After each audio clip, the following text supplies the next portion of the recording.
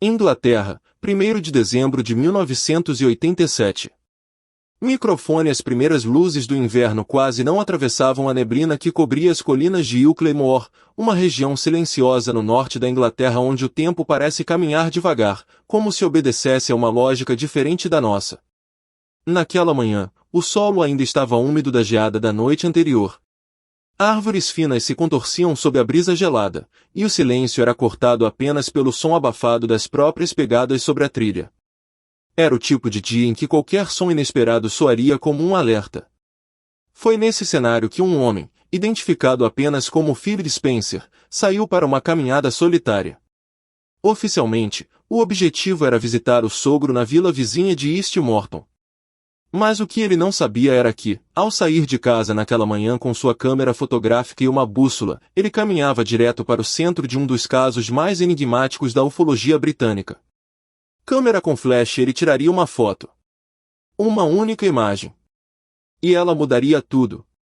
Ilkley Moor não é um lugar qualquer. Além das trilhas e vistas panorâmicas que atraem turistas e fotógrafos amadores, a região é cercada por um manto de mitos, histórias antigas e fenômenos inexplicáveis. Moradores há décadas relatam luzes errantes dançando na neblina, objetos voadores silenciosos cortando os céus ao anoitecer, e até sombras humanoides observando à distância. Poucos levam esses relatos a sério. Menos ainda ousam procurá-los. Mas naquele 1º de dezembro, às margens da alvorada, alguém viu algo que não deveria estar ali. Agora, antes de continuarmos com esse caso, que envolve perda de tempo, uma criatura com traços não humanos, e uma fotografia que até hoje desafia especialistas, um pedido rápido. Se você gosta de histórias reais que exploram os limites entre o possível e o inexplicável, aproveite para se inscrever no canal. Toda semana trazemos investigações profundas, relatos curiosos e eventos que ainda não encontraram explicação. Isso nos ajuda a continuar trazendo conteúdo como esse. Lupa inclinada para a esquerda voltando a Ilkley Moor. Philip era ex-policial, cético por natureza e conhecido por ser metódico. Ele havia deixado Londres com a família em busca de uma vida mais tranquila no interior. Embora não fosse um ufólogo ou caçador de mistérios, carregava sua câmera analógica por paixão, um hábito simples que, naquele dia, se tornaria uma peça central de um debate global. Ao cruzar o terreno irregular da Moor, um tipo de campo aberto com vegetação rasteira e formação rochosa, ele desviou da trilha principal. Preferiu um atalho menos percorrido que atravessava um pequeno bosque.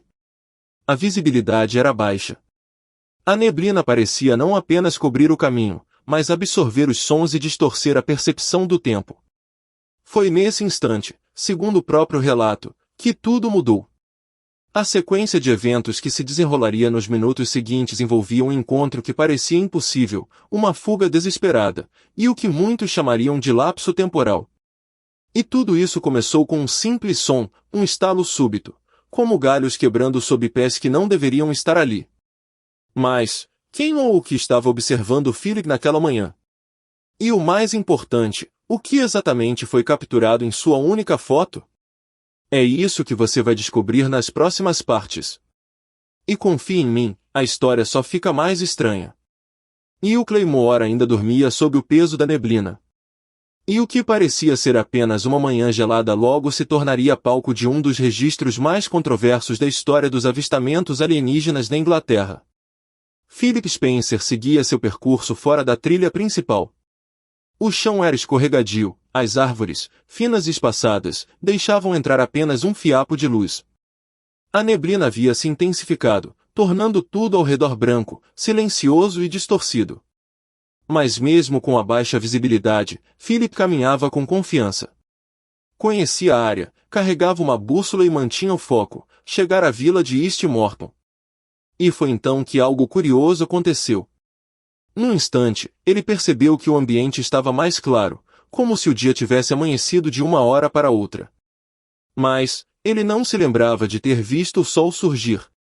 Aquilo o incomodou, mas não o suficiente para fazê-lo parar. Ao invés disso, sacou sua câmera e começou a tirar fotos da paisagem. Um hábito simples, quase automático. Foi neste exato momento que tudo mudou. Enquanto subia uma trilha íngreme ladeada por pedras cobertas de musgo, algo se moveu à sua direita. Um movimento sutil, rápido demais para ser ignorado. Ele virou o rosto por reflexo, e viu. A cerca de 12 metros de onde estava, uma figura de baixa estatura, talvez pouco mais de 1 metro, parecia observá-lo. Por um breve segundo, Philip acreditou que fosse uma criança, talvez usando algum tipo de fantasia. Mas, ao se aproximar um pouco mais, percebeu que aquilo não era humano. A criatura tinha a pele de um verde escuro opaco, quase como musgo molhado. Seus olhos eram grandes, negros e alongados, lembrando-os de um felino noturno. A cabeça era desproporcionalmente grande, as orelhas terminavam em pontas, e os braços eram tão longos que quase tocavam o chão. Tinha apenas 3 dedos em cada mão, finos como gravetos. Os pés, em formato de V, possuíam 2 dedos alongados, como se fossem garras.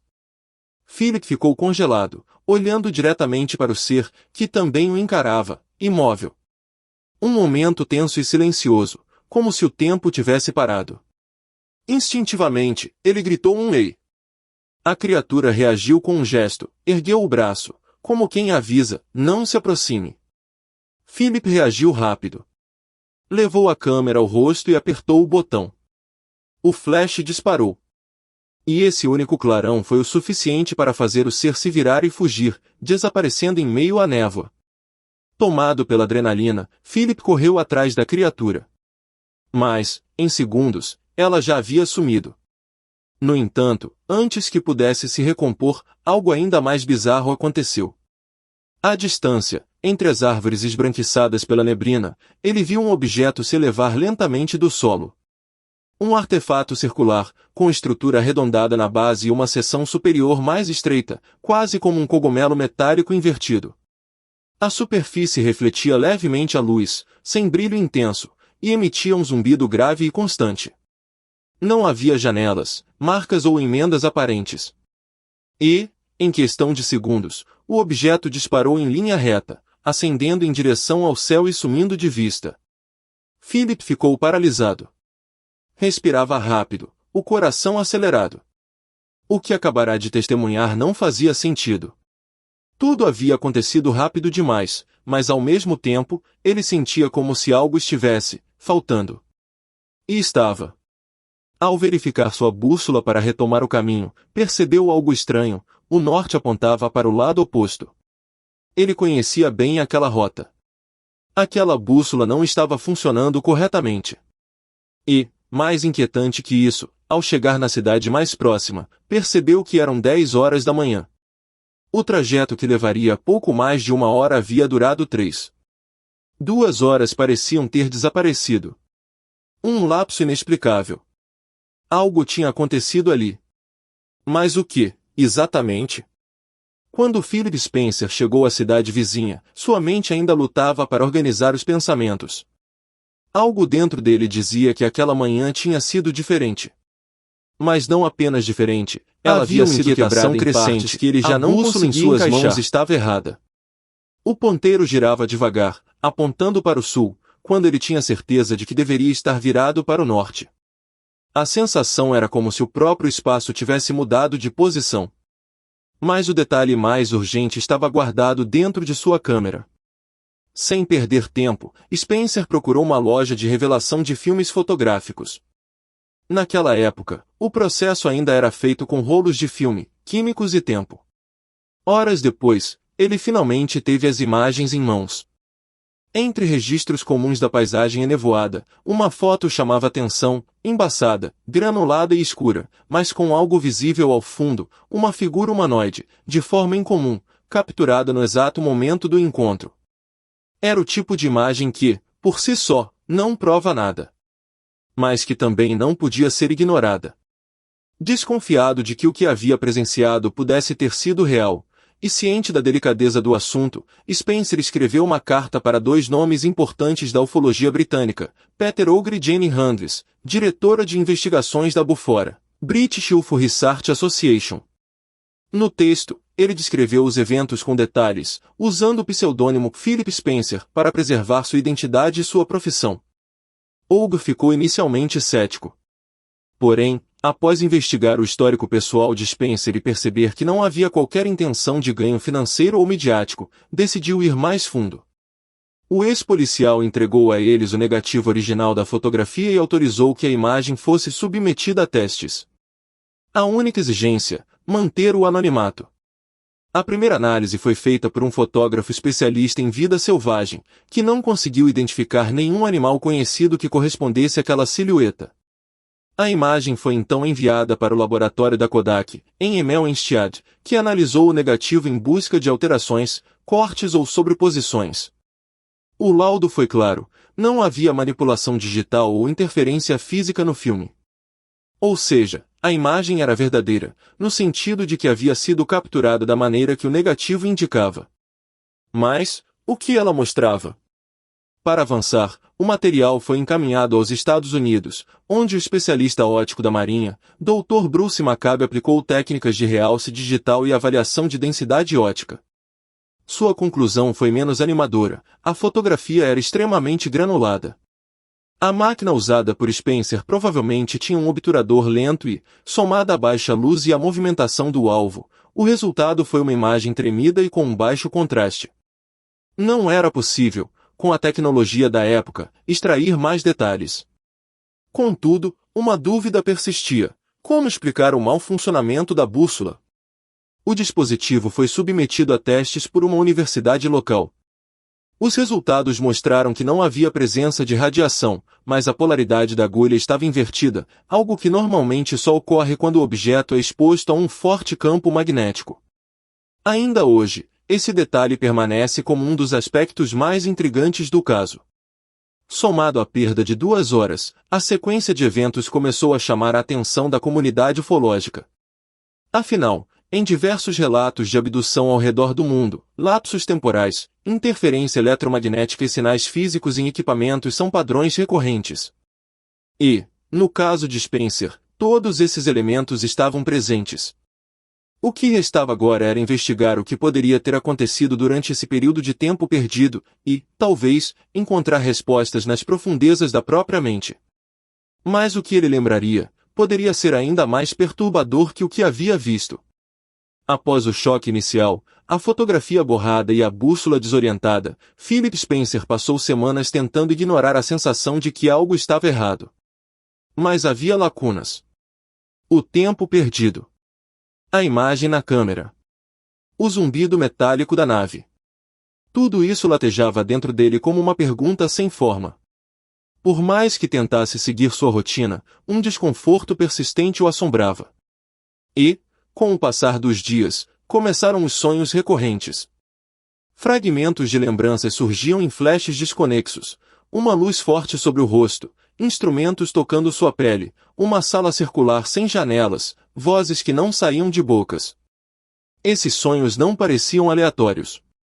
Eram específicos, quase como se algo estivesse tentando emergir da parte mais profunda de sua mente.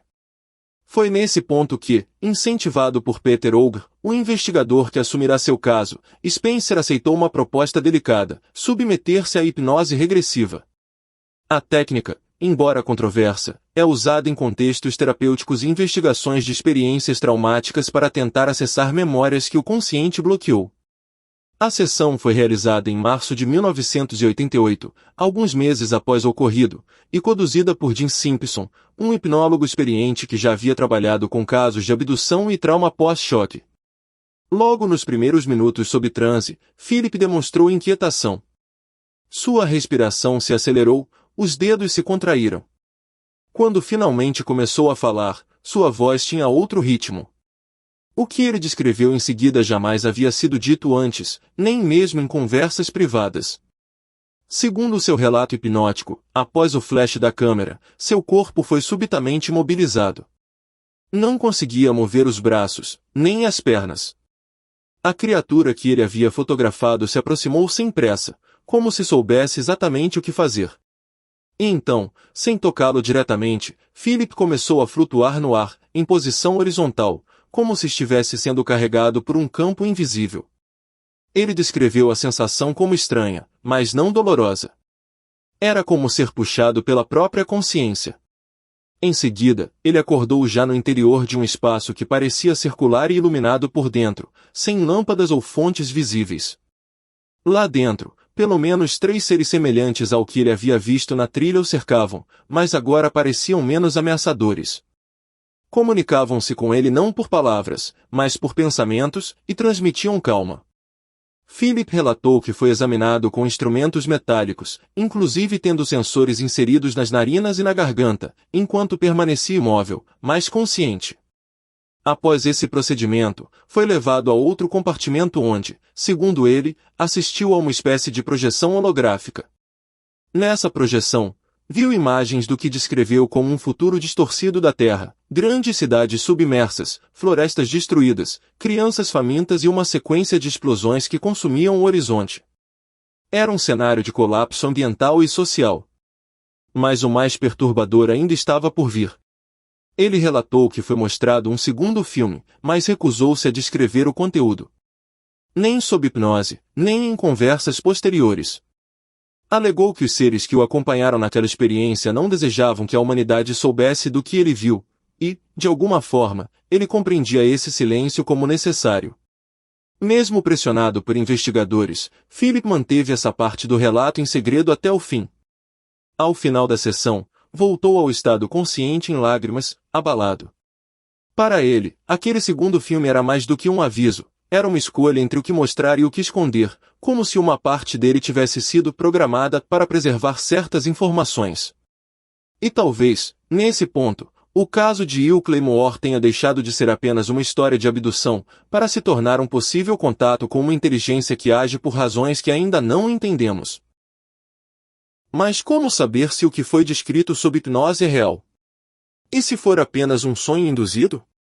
Ou, e se for uma lembrança fiel que o cérebro tentou proteger? No fim das contas, a dúvida pode ser tão poderosa quanto a própria revelação. O que começou como uma caminhada solitária em uma manhã nevoada se transformou em um dos relatos mais estudados, e também mais desafiadores, da ufologia britânica. A essa altura, Philip Spencer já não era apenas um ex-policial com uma foto em mãos. Ele havia se tornado o protagonista de um enigma nacional. Mesmo com o anonimato protegido por seu pseudônimo, o caso chamou a atenção da imprensa alternativa e de círculos especializados em fenômenos inexplicáveis. A história ganhou força principalmente após os resultados das análises fotográficas e da hipnose regressiva. Jornais regionais começaram a publicar menções discretas ao homem da foto borrada, e programas de rádio noturnos dedicaram horas debatendo o que poderia ter acontecido na trilha de Will Claymore. A narrativa tinha todos os elementos para despertar fascínio. Um ex-policial respeitado. Um registro fotográfico controverso. Uma experiência inexplicável de tempo perdido. É uma mensagem silenciosa deixada em forma de visão apocalíptica. Olha, mas nem todos estavam convencidos. Grupos céticos começaram a analisar o caso com olhar crítico. Especialistas em psicologia argumentaram que os sonhos e memórias descritas poderiam ter sido construções da mente influenciada por sugestionamento, especialmente durante a hipnose. O professor Chris French, da Universidade Goldsmith de Londres, já declarou em estudos que memórias recuperadas em estado hipnótico não são necessariamente precisas. Elas podem ser criadas, distorcidas ou até mesmo moldadas pelas expectativas do hipnotizador ou do próprio indivíduo. No caso de Spencer, essas críticas ganharam força, já que parte do que ele revelou sob hipnose se alinhava com padrões clássicos de abdução já conhecidos, como exames médicos e imagens catastróficas do futuro. Outro argumento usado por céticos foi a qualidade da foto. A figura borrada, sem definição clara, não permite identificar com certeza se o que foi capturado era uma criatura ou apenas uma ilusão ótica causada por luz, movimento e baixa visibilidade. Por outro lado, ufólogos como Jenny Randles e Peter Auger mantiveram sua postura de apoio ao relato. Segundo eles, o fato de Spencer nunca ter se exposto publicamente, recusando entrevistas e ganhos financeiros, reforçava a legitimidade de seu testemunho. Além disso, a anomalia na bússola e a conexão com o histórico de luzes estranhas na região sustentavam a possibilidade de que algo real, ainda que inexplicável, havia ocorrido ali. E Spencer não foi o único. Divisórias de arquivo 7 anos antes, em novembro de 1980, outro policial britânico, Alan Godfrey, também relatou um encontro com uma nave em uma cidade próxima chamada Todmorden, localizada a cerca de 30 quilômetros de Ilkley-Moor. Na ocasião, Godfrey avistou um objeto flutuando sobre a estrada enquanto dirigia. Ele relatou ter sofrido um lapso temporal semelhante, e sua viatura apresentava sinais estranhos no motor e no sistema elétrico.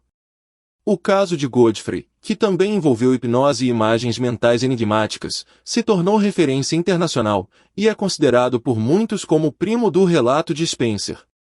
Ambos os homens eram profissionais da lei, sem histórico de envolvimento com ufologia, e ambos descreveram experiências de contato seguidas de perturbação psicológica e inconsistências no tempo.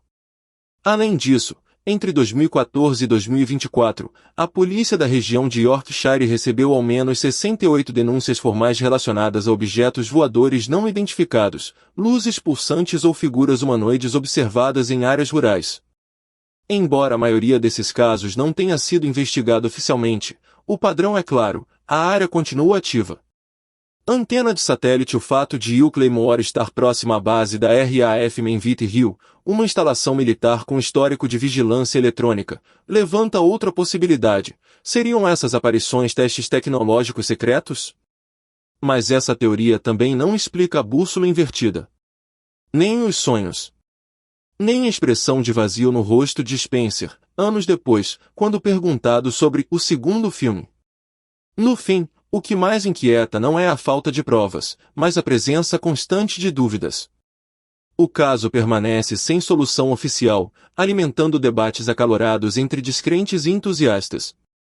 E talvez seja exatamente isso que o torna tão poderoso.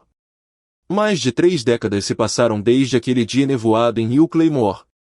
E, até hoje, ninguém conseguiu explicar, nem refutar, o que Phil Spencer viveu. A foto continua sendo uma peça desconfortável no quebra-cabeça da ufologia. A bússola, a ausência de tempo, os relatos sob hipnose, tudo permanece suspenso entre a dúvida e o silêncio. Se foi real ou não, cada um decide. Mas uma coisa é certa: nem toda pergunta vem com resposta. E talvez algumas nem devam vir. Se esse tipo de história te intriga, inscreva-se no canal e ative as notificações. Toda semana trazemos casos reais, arquivos esquecidos e eventos que desafiam o senso comum. Por hoje, é só. Mas lembre-se: ninguém sai o mesmo depois de encarar o desconhecido.